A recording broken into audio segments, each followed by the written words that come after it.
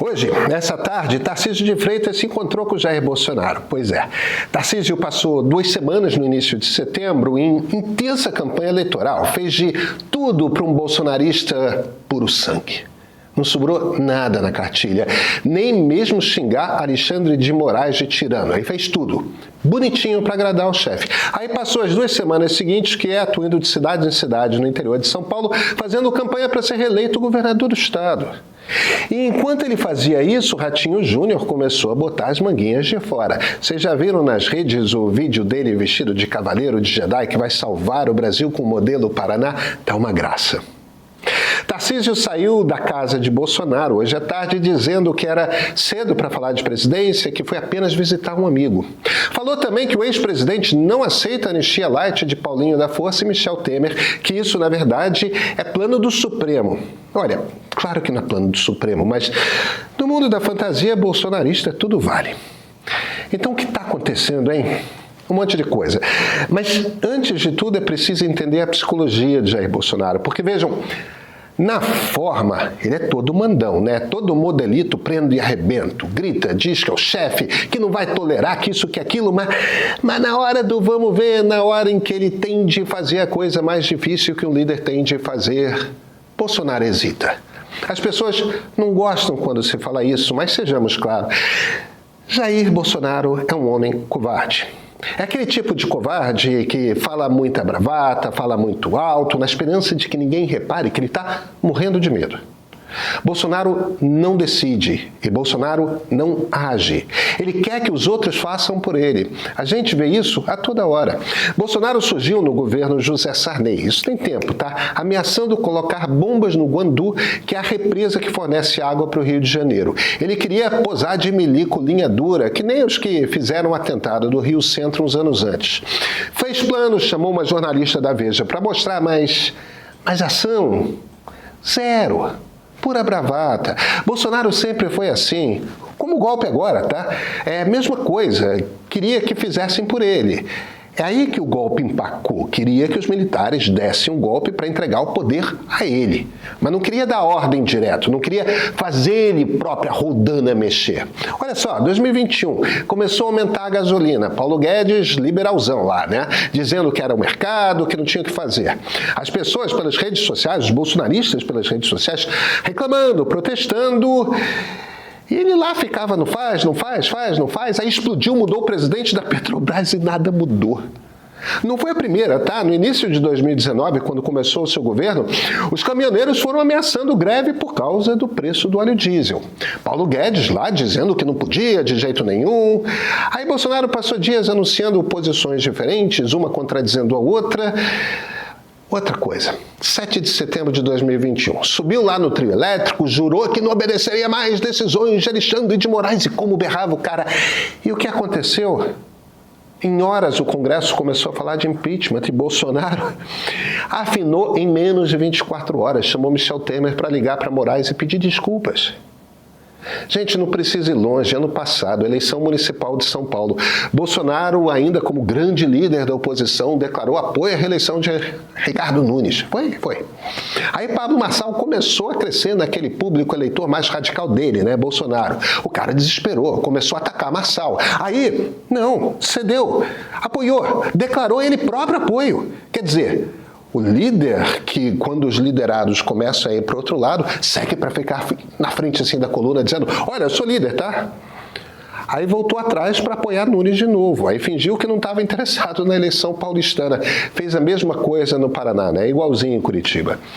Então, a gente não foge disso. A primeira coisa de fundamental a entender sobre Jair Bolsonaro é que quanto maior a pressão, quanto mais importante for a decisão, mais dificuldade ele tem de tomar uma decisão. Ele é um sujeito, sim, com perfil de durão, de mandão, mas não é um sujeito pronto a assumir os riscos que envolvem grandes decisões. Perante o perigo, Bolsonaro sempre se acovarda. Não é que nem o ex-presidente Nicolas Sarkozy, que na semana passada disse que se por um acaso a justiça francesa o mandar para a cadeia, irá de cabeça erguida. Não é que nem Lula, que quando viu que ia ser preso, preparou o plano de quem o representaria nas eleições, trabalhou para deixar o partido unido no período da transição ali da travessia do deserto, deu uma festa em São Bernardo do Campo, tirou fotos mistificantes para que servissem de símbolo para a militância, e foi lá se entregar à Polícia Federal. E veja, muito disso no Lula, no Sarkozy, tem altas doses de demagogia. Mas são líderes políticos que trabalham os símbolos da liderança para inspirar mesmo nos momentos em que estão no chão.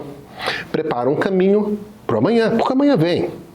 Bolsonaro não é assim. É o cara que vai dormir na Embaixada da Hungria, escreve uma carta desesperada para o governo argentino pedindo asilo e termina em casa numa crise de soluços.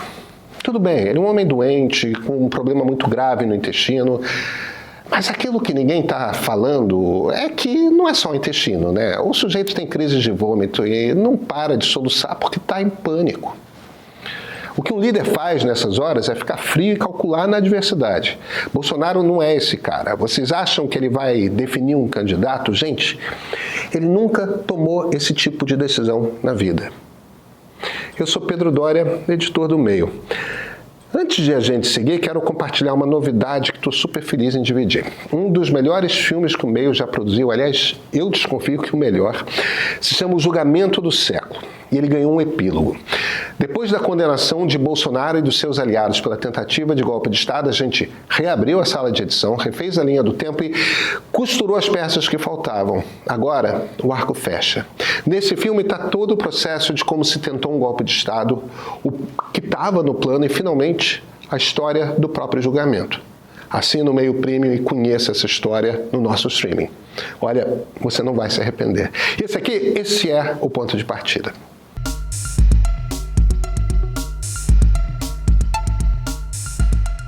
A família Bolsonaro está em disputa. Michele Bolsonaro deu entrevista ao jornal britânico The Daily Telegraph dizendo claramente: se precisar me sacrificar e me lançar candidata, diga ao povo o que faço. É bonito, né?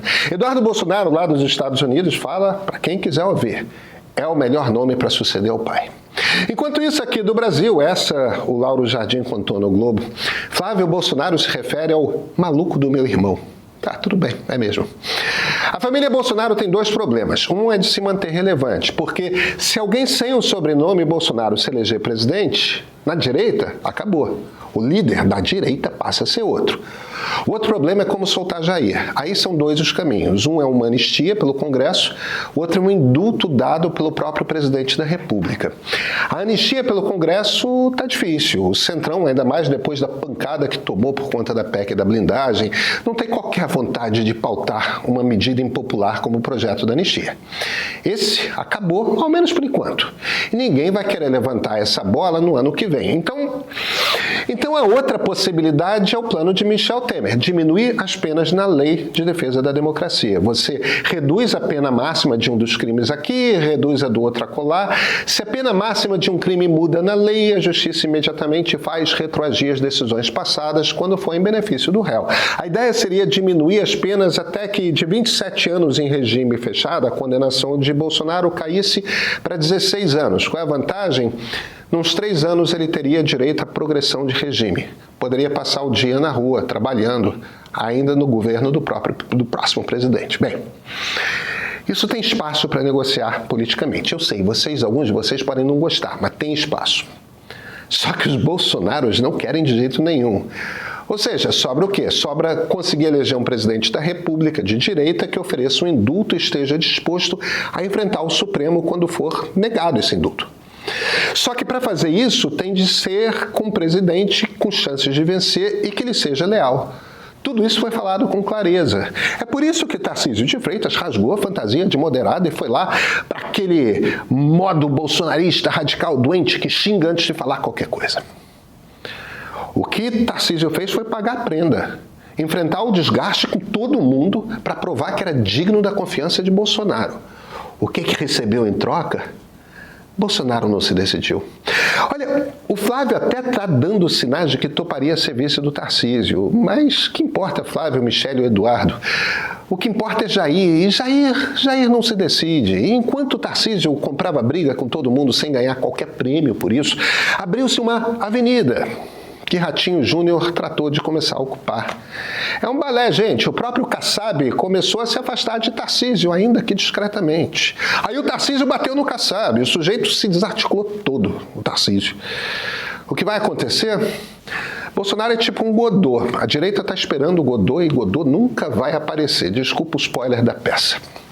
A única coisa que ocorrerá é ouvirmos bem lá longe os soluços desse personagem tão tipicamente brasileiro. O covarde que queria ser tirano. A história foi feita. Em 11 de setembro de 2025, o Supremo Tribunal Federal condenou Jair Bolsonaro a 27 anos de prisão em regime fechado pela tentativa de golpe de Estado. Com isso, nosso documentário O Julgamento do Século ganhou um epílogo. Com depoimentos de autoridades civis e militares, juristas e políticos, o filme reconstrói o quebra-cabeças até a condenação de Bolsonaro e seus aliados. Com a apresentação de Flávia Tavares, roteiro de Sérgio Rodrigues e direção de Ricardo Rangel, essa é uma das maiores e, olha, melhores produções do meio. Se você já viu o documentário, assista ao epílogo. Se ainda não, assine o Meio Premium e assista a versão completa no nosso streaming.